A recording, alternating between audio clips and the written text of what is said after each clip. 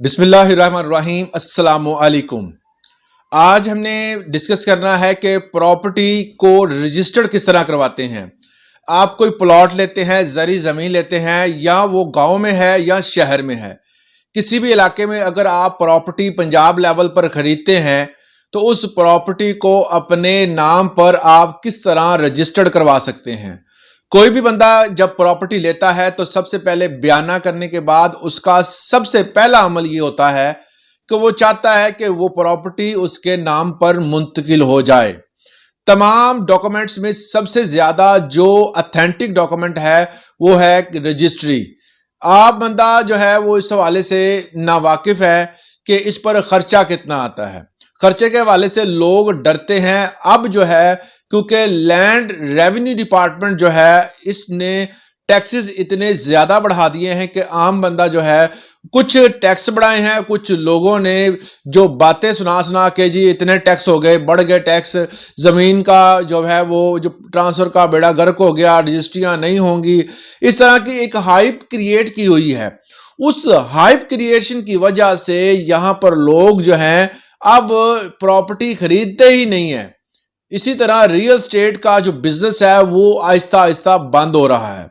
आज मैं आपको एक चीज क्लियर कर दूं कि अगर आप कोई प्रॉपर्टी, कोई प्लॉट, कोई ज़री जमीन खरीदते हैं तो आपको कितना टैक्स देना होगा। अगर आप फाइलर हैं तब आप कितना टैक्स देंगे, अगर आप नॉन फाइलर हैं तो तब कितना टैक्स देंगे।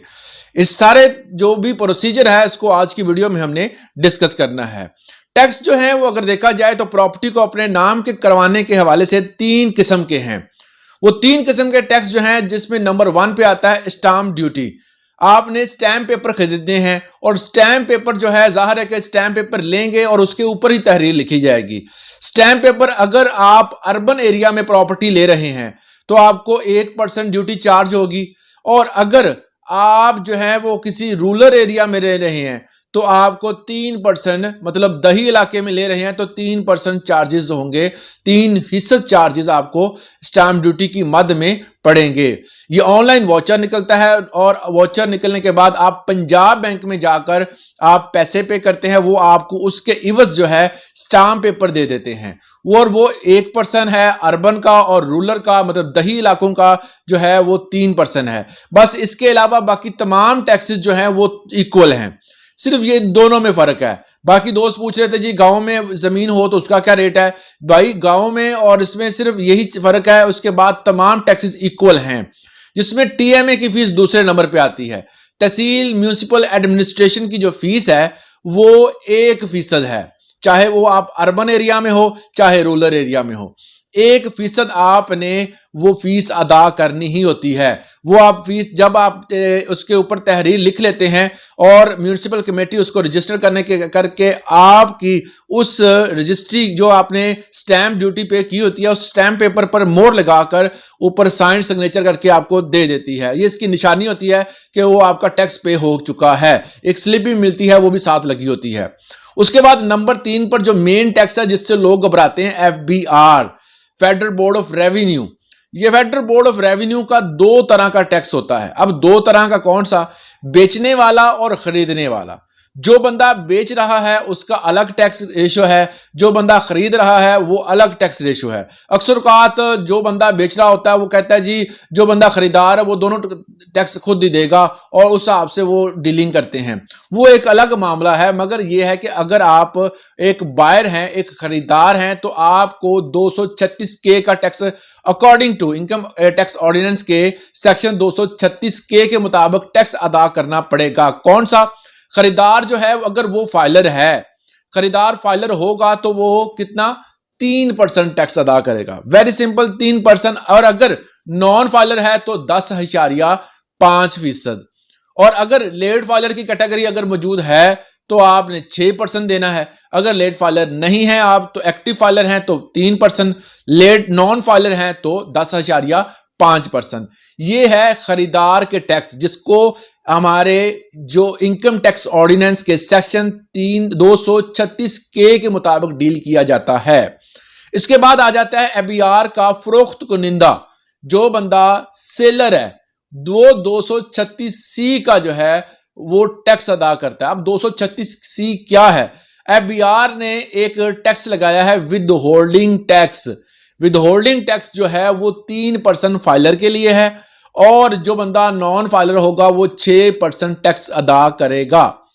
और इसी तरह 7E का टैक्स भी 1% उसमें शामिल है। अगर वो जब उसने टैक्स रिटर्न फाइल की और उसने पता था कि प्रॉपर्टी सेल करनी है तो टैक्स सर्टिफिकेट जो है, अगर उसने टैक्स सर्टिफिकेट बनाकर उसको पे किया है तो फिर ये भी 1% उसमें से माइनस हो जाएगा। अब हिसाब किताब की बारी आती है कि अक्सर दोस्त अहबाब ये पूछते हैं जी भाई हम किस तरह मालूम करें कि हमारी प्रॉपर्टी की रेशो क्या है, इतने लाख की प्रॉपर्टी है, हम किस तरह जो है वो उसको कैलकुलेशन करें।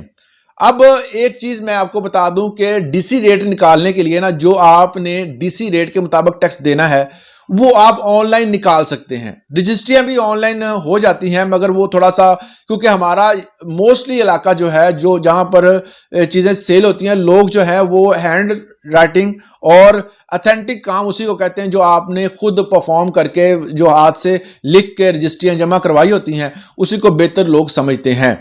क्योंकि लोग कंप्यूटर पे एतबार नहीं करते, वो कहते हैं जी पता नहीं अब टैक्स पे हुआ है नहीं हुआ, तो इस तरह के मामलात से लोग डरते हैं, तो वो यही चाहते हैं कि मैनुअली सारा काम हो।